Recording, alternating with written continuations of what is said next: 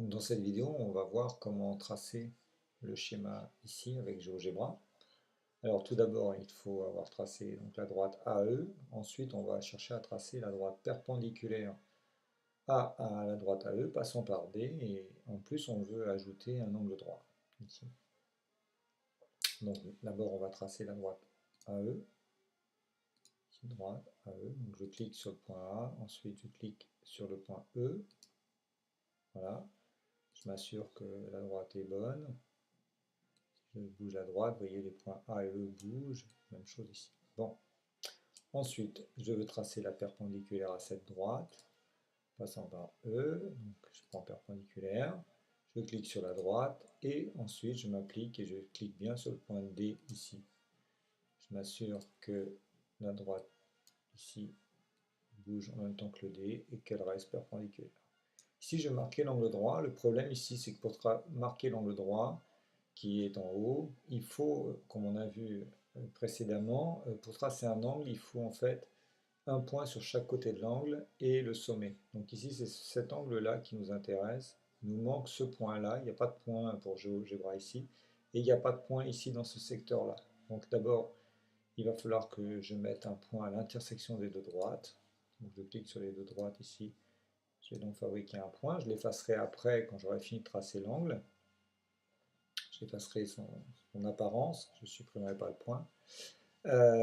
Ensuite, je vais placer un point sur la droite. Alors pour placer un point sur la droite et s'assurer qu'il est sur la droite, on amène la souris sur la droite. Vous voyez, elle change de couleur. Quand elle change de couleur, c'est que j'ai bien sélectionné la droite et là, je peux cliquer pour un point.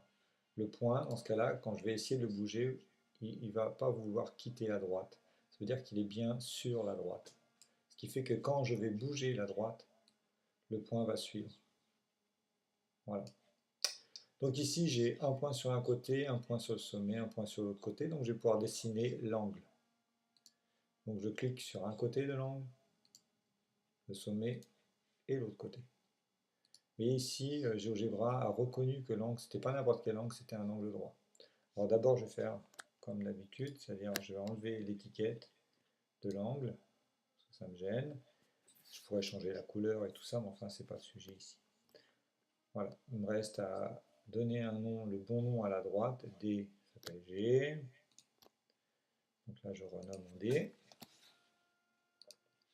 Et puis aussi, les points sont mal dessinés parce que ici vous avez des ronds alors que normalement pour un point on fait des croix. Donc je vais dans Propriétés, je vais sélectionner en fait tous les points en cliquant sur Point et je vais changer le style de tous les points en une croix ici. Voilà. Ce qui fait que tous mes points vont avoir le style. Si je veux changer que tous mes points soient noirs, ben, je les mets tous en noir si j'en ai envie. Voilà. Donc vous avez la figure ici. On vérifie que tout est beau en déplaçant les points. Ici, je déplace. J'ai bien les droites comme je veux. Le point G n'a rien à faire avec le dessin que l'on veut. Le point F non plus. Donc là, je vais effacer les étiquettes, même carrément l'objet en question. Je vais effacer l'objet en question. Donc voilà, j'ai exactement le dessin que je souhaitais, la droite D. Ah, j'ai ici aussi quand même à supprimer le nom de la droite parce que sur mon schéma il n'y avait pas de nom, donc j'efface l'étiquette de la droite. Voilà, normalement j'ai vraiment un dessin qui correspond à ce qui était demandé.